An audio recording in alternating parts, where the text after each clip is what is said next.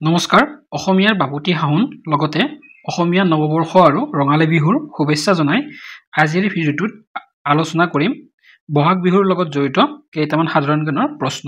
প্ৰথম প্ৰশ্ন, ঢোলৰ হাতেৰে চাপৰ মৰা ফালটোক কি বুলি কোৱা হয়? উত্তৰ হৈছে তালি। বিহুত ব্যৱহাৰ কৰা পেঁপাটো কোনটো জন্তুৰ লগত জড়িত? উত্তৰ, বিহুত ব্যৱহাৰ কৰা পেঁপাটো মহৰ লগত জড়িত। মহৰ শিঙৰ পেঁপাটোত প্ৰস্তুত কৰা হয়।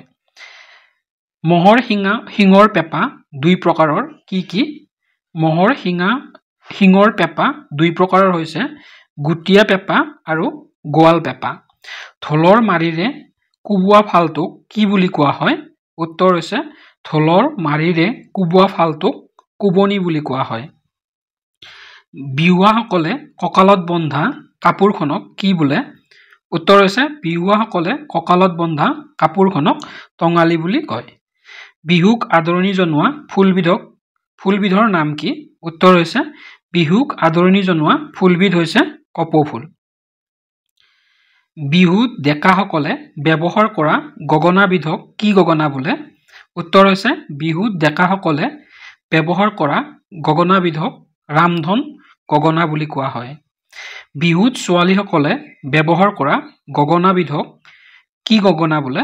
উত্তৰ হৈছে বিহুত ছোৱালীসকলে বা নাচনীসকলে ব্যৱহাৰ কৰা গগনাক লাহৰী গগনা নাইবা ৰূপহী গগনা বুলি কোৱা হয়।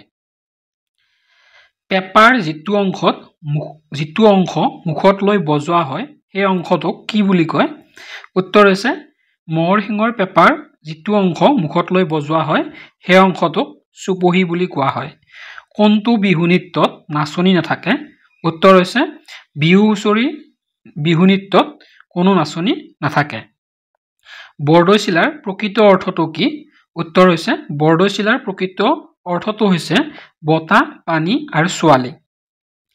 বিহুত ব্যৱহৃত মহৰ শিঙৰ পেঁপা কেই প্ৰকাৰৰ? উত্তৰ হৈছে বিহুত ব্যৱহৃত মহৰ শিঙৰ পেঁপা দুই প্ৰকাৰৰ। তাৰে পিছৰ প্ৰশ্ন, বিহুক বিদায় দিয়া ফুলবিধৰ নাম কি? উত্তৰ হৈছে বিহুক বিদায় দিয়া ফুলবিধৰ নাম হৈছে এজাৰ ফুল। বিহুত নাচনীয়ে কঁকালত খুচি লোৱা কাপোৰখনক কি বোলে? উত্তৰ হৈছে বিহুত নাচনীসকলে কঁকালত খুচি লোৱা কাপোৰখনক হাঁচতি বুলি কোৱা হয়। বিহুত নাচনীয়ে বন্ধা খোপাটোৰ নাম কি? উত্তৰ হৈছে বিহুত নাচনীসকলে বন্ধা খোপাটোৰ নাম হৈছে নেঘৰী খোপা। পথাৰৰ বিহুক মঞ্চলৈ কোনজন ব্যক্তিয়ে আনিছিল? উত্তৰ হৈছে পথাৰৰ বিহুক মঞ্চলৈ অনা ব্যক্তিগৰাকী হৈছে ৰাধা গোবিন্দ বৰুৱা। তাৰে পিছৰ প্ৰশ্ন, বিহু সম্ৰাজ্ঞী প্ৰতিযোগিতা পোনপ্ৰথমে কোনখন বিহু মঞ্চই অনুষ্ঠিত কৰিছিল? উত্তৰ হৈছে বিহু সম্ৰাজ্ঞী প্ৰতিযোগিতা পোনপ্ৰথমে অনুষ্ঠিত কৰা বিহু মঞ্চখন হৈছে গুৱাহাটী লতাশিল বিহু মঞ্চ। বিহুৰ সময়ত নামনি অসমত আৰু এটা উৎসৱ অনুষ্ঠিত কৰা হয়, সেই উৎসৱটোক কি বুলি কোৱা হয়? বিহুৰ সময়ত নামনি অসমত অনুষ্ঠিত কৰা আৰু এটা উৎসৱৰ নাম হৈছে ভঠেলি। বিহুত ব্যৱহৃত টকা কেই প্ৰকাৰৰ? উত্তৰ হৈছে বিহুত ব্যৱহৃত টকা তিনি প্ৰকাৰৰ। ঢোলত সাধাৰণতে বৰতী কেইডাল থাকে? উত্তৰ হৈছে ঢোলত সাধাৰণতে বৰতী এডাল থাকে। নেক্সট কুৱেশ্যন, ঢোলৰ মাৰিডালৰ অন্য এটা নাম কি? উত্তৰ হৈছে ঢোলৰ মাৰিডালৰ অন্য এটা নাম হৈছে মাহিতা। গগনা কিহৰ পৰা তৈয়াৰ কৰা হয়? উত্তৰ হৈছে গগনা তৈয়াৰ কৰা হয় বাঁহৰ পৰা।